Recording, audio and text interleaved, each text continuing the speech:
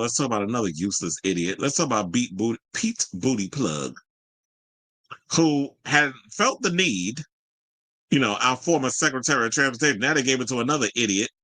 Even though I think Pete probably did a good enough job, I didn't hear nothing bad come out of his administration. I'm sure that there are some people who have, but I don't think he's done as bad of a job than that dude that used to be on The Real World, Sean, who was married to that other See You Next Tuesday, Rachel. I couldn't stand her, like on account of the way she treated Pedro Zamora.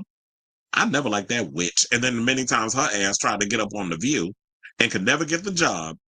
It's like, girl, you were just made for reality TV and being over there as a moron or wannabe white woman over there at Fox News. But anyway, so he reiterated his previous comments about trans women athletes this week, saying that in order to bring people together on the issues, Democrats need to take everyone seriously.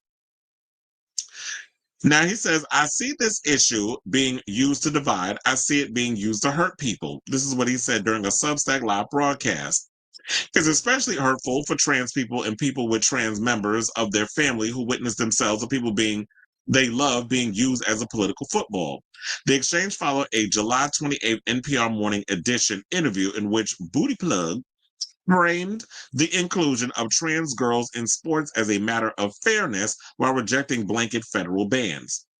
Some Democrats, Buttigieg, I'm gonna stop calling him Booty Plug, even though it is funny, supporters and the LGBTQ plus advocates criticized his framing as playing into right-wing narratives. Parnas, a 26-year-old legal analyst turned social media powerhouse with over 4 million followers on TikTok and the top news-related Substack newsletter, gave Booty Plug a chance. Okay, look, I'm gonna just keep calling him that. No shit.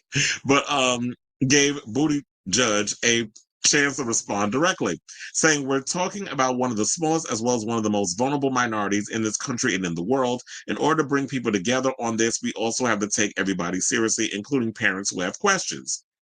He repeated his position with decisions about participation should be handled by local communities, not lawmakers in Washington. Above all, these questions should be handled by communities and by sports leagues and not politicians. That I actually agree with, because I feel like when it comes down to trans issues, I can't speak on a lot of the trans. Like, I try to understand as much as I possibly can, but I'm not transgender, so I can't speak on this whole situation. Should trans people be in sports? Sure, they should be, but they need to figure out a way where they can work in a world where people aren't being accused of, oh, this girl who's trans is playing in a women's league and now she shoulder bumped me and that caused me a concussion and now I got brain damage. These are the narratives that a lot of the Republican Party or the GOP has been pushing to justify being transphobic or keeping men out of women's sports, as of what Trump was pushing for when he was in office. And now this recent story that came out where they're banning trans athletes from competing in certain, well, I don't know if it's in certain sports or all sports,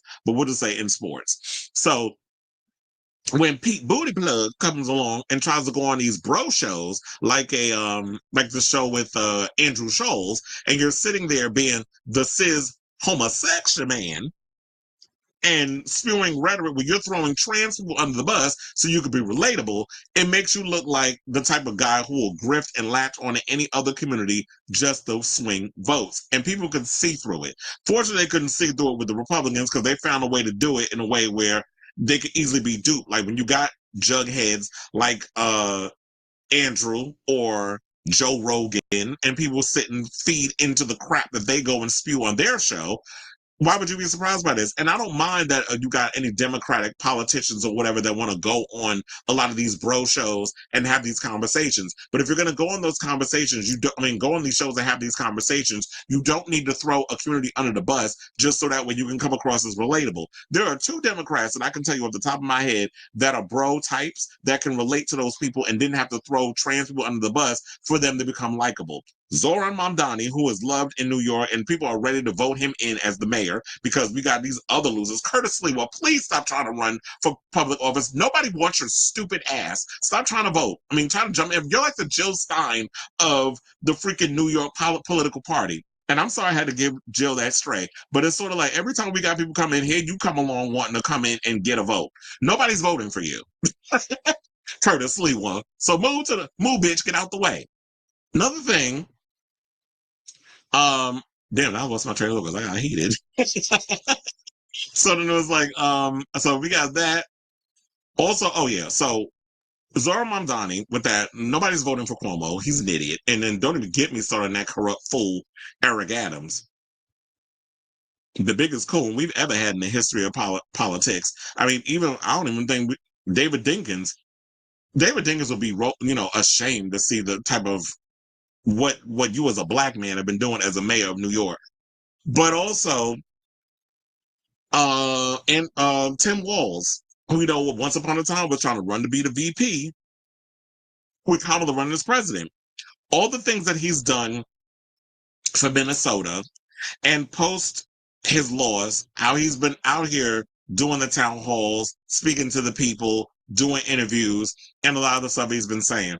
I would definitely, I like what Tim Walz about. And then, like I said, what he's been doing for the people of Minnesota, a lot of his ideas have been very progressive. So those are the only two Democrats that I could think of that have really understood how to speak to the people without having to throw people under the bus. And I do think that this is a local community sports conversation and not a political situation. Politicians should not be making any kind of decisions on something they don't understand. If you don't understand science, if you don't understand the world of sports, if you don't understand all that other stuff, then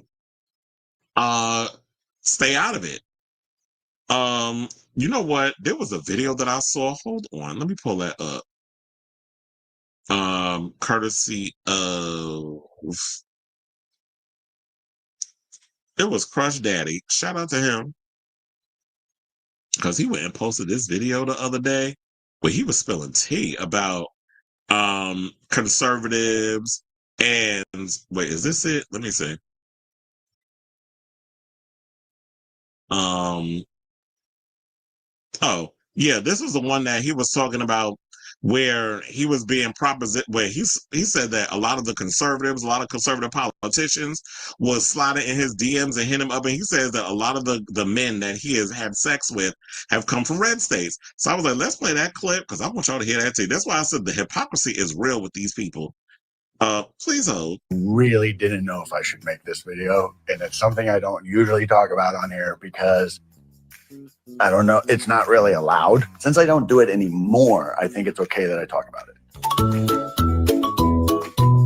The vast majority of the people that would try to hire me were straight conservative men, and I'm a top, so they were hiring me to bottom for me. And the best time for business, I'm not kidding, I'm not exaggerating, and I'm sure you've heard this, but it is true. The best time for business is always when something conservative comes to town. The RNC, which never came to my town, but I've been in a town where that was happening. And yes, Grindr crashed, Rentman crashed. Like, the best business is always in conservative states. That really makes you think. And, this is another thing. 100% some of my clients have been very well known, either political or media figures who openly spoke out against gay or LGBTQ rights. I have definitely been that has been hired by these guys that you see in the news. And one of them did make the news kind of recently, like 6 months ago, 8 months ago. So I'm not going to name any names because I don't want to get killed. Why is it always the ones that are the loudest anti-gay that are the ones that turn out to be doing kind of this type of stuff behind the scenes? And that makes me always want to say something like this. I don't think the biggest threat to the LGBTQ community are straight people. I think it's closeted gay people. And it's usually because they started off in a very conservative place where it wasn't allowed to be gay. And so they tried extra hard to overcompensate. And then they kind of just dug themselves into a hole that they could never get out of. So I do feel a little bit bad for them. However, I still don't agree with it. It's like with the pedos, man. Those people that are always on social media or on the news talking about how like trans or drag queens are like pedos, and like that guy who was accusing them of being pedos always turned out to be a fucking pedo. Like, I'm almost super suspicious now if I see you on TV or on social media being homophobic. I'm like, dude, I'm going to see you on Rent Man. I'm going to see you on Rent Man. I'm going to see you on Redman. Like, you're going to try to hire me. You're going to pay me a lot of money. I wish I was making this up. I wish I was making it up. I'm not. Like, this is, it's too crazy to be true, but it is. Well, of course it is. I mean, it comes as no shock. We all know that a lot of the men like that are notorious. A lot of these men are closeted. A lot of them are just these self-hating situations. And yeah, it is true that it do be a lot of these closet case gay men who hate the fact that they weren't allowed to live their true authentic self and are mad because other people are able to come out and live their life authentically. Sometimes a lot of people don't have the choice, especially when you're dealing with the effeminate gay men. A lot of them don't have a choice but to be out because they can't code switch, if you want to call it, or a lot of them aren't straight presenting. I won't say straight acting because I feel like there are some straight actors, the ones that go in and try to act like they straight, so that way they can get into certain rooms or whatever the case is. But there are those because due to religious upbringing, whatever the case is, or the type of society or the neighborhood or peer pressure or being made fun of as a kid, I don't know. But a lot of that comes from that, and a lot of that self-hatred that you have inside, you project that because you're envious that these other people can sit out here and live their authentic truth. So you're going to hate on the gays, you're going to hate on the trans, that it's like, oh, I don't feel like this is the body I was born in, so I have the wherewithal to go and change that. And people are pissed off and mad about that. So it's not about these trans people and athletes and all this other stuff. There's a lot of deep-rooted situations that's in these things that are going through it. And that's why I just don't get, like, someone like a Pete Booty Plug out here willing to throw the trans community under the bus just so that way he can probably get votes. Because the word on the curb is he's trying to run for president in 2028. And no shade, just like you and Kamala Harris, because I'm sure this is her trying to rejudge her situation with the book and going on Stephen Colbert and stuff and going around the different towns and speaking to the people. Because apparently you need more time to get people, yourself in the good graces of the American people. I don't think neither one of them is going to win. I mean, I've heard he's polling badly with the black community. I would like to know why black people don't see it for Pete. Is it because he's gay? Or is it maybe his policies that you don't agree with or whatever cases? I need to know because I need to speak to some people that why the black community doesn't resonate with Pete Booty Plug. Just let me know that in the comments. But yeah, with all this other stuff that's going on, it's like, yeah, those who shout the loudest always have the most to hide. I mean, it's always been that way. And that's why I said, even with this current administration and they doing everything they can to try to distract from the Epstein files, all this stuff that they've been doing is like, clearly you have something to hide. Now, in regards to this, so I can hurry up and wrap this story up because I went on this whole little situation. The policy that Trump is trying to put in place where they're enforcing executive orders banning trans women and girls and women's sports teams, it has a national reach. NCAA President Charlie Baker testified last year that fewer than 10 trans athletes were competing among more than 500,000 college athletes. So when you have 500,000 people who are competing in college as athletes, 10 versus 500,000, 10 is not a lot. So what is this really about? But because there are people out here who are rooted in their transphobia, whatever the case is, it's easy to jump on what you don't understand or what you may fear versus realizing that, yeah, 500,000 people and you're worrying about 10 fucking trans people, like, make it make sense. This sounds stupid as hell.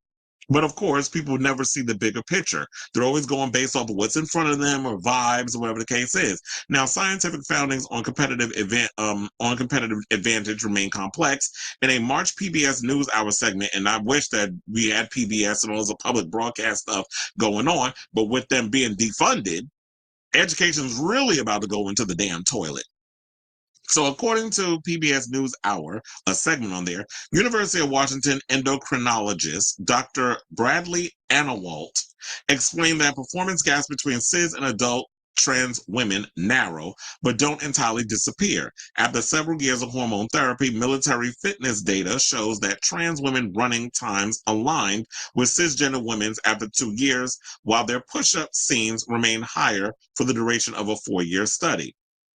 And well, what do you say about a lot of those women that have a little extra testosterone up in their situation? And that could be just hormone imbalance or whatever the case is. But yeah, when you're dealing, I guess, with trans women, they are taking estrogen to have those feminine qualities. Now, Annawal said that the science alone may never resolve the tension. There are going to be inherent inequalities between people, and how do we limit those inequalities and allow everybody to play? And that's what I'm basically getting at, because while your women are taking, trans women are taking the hormones or whatever, so that way the estrogen, so that way they, whatever. I always said, like they were saying here, and this is before I even read it, you can't necessarily put cis and trans and have them kind of like trying to see what their hormone balance is, because there are some women out there, women who are, biological women, who have that imbalance where it's like they're a little stronger than your average girl, where they've been accused of being trans and they're not. There have been women out here who have been, so when y'all go in on these trans women, cis women, biological women are affected as well. Because there have been women out here who men have accused them of being trans and have had their lives taken because of transphobe or whatever it is they got going on in their brain. And it's like, it's not their fault that they have features that kind of that make them a little more masculine. I mean, how do you think people like Megyn Kelly feel whenever y'all look at her, or J.K. Rowling? They're a little mannish in the face. And that other broad, the one with the strong jaw, what's her name? Laura something over there on what's that channel? What's that channel on on Fox News? So he echoed the broader view, basically saying chess is different than weightlifting, and middle school is different from the Olympics. The whole debate basically just rages around sports because of how much we venerate sports, and at this point in time, what an economic engine it's become. So at the end of the day, it's like when you're looking at sports and stuff, it's all about the money and all that other stuff. So I say all this to say, what do you guys think of this complex story regarding trans people participating, particularly trans kids, college kids, whatever you want to, call it, competing in sports and the complexities around that? So I definitely want to hear from y'all. Let me know what your thoughts are in the comments down below.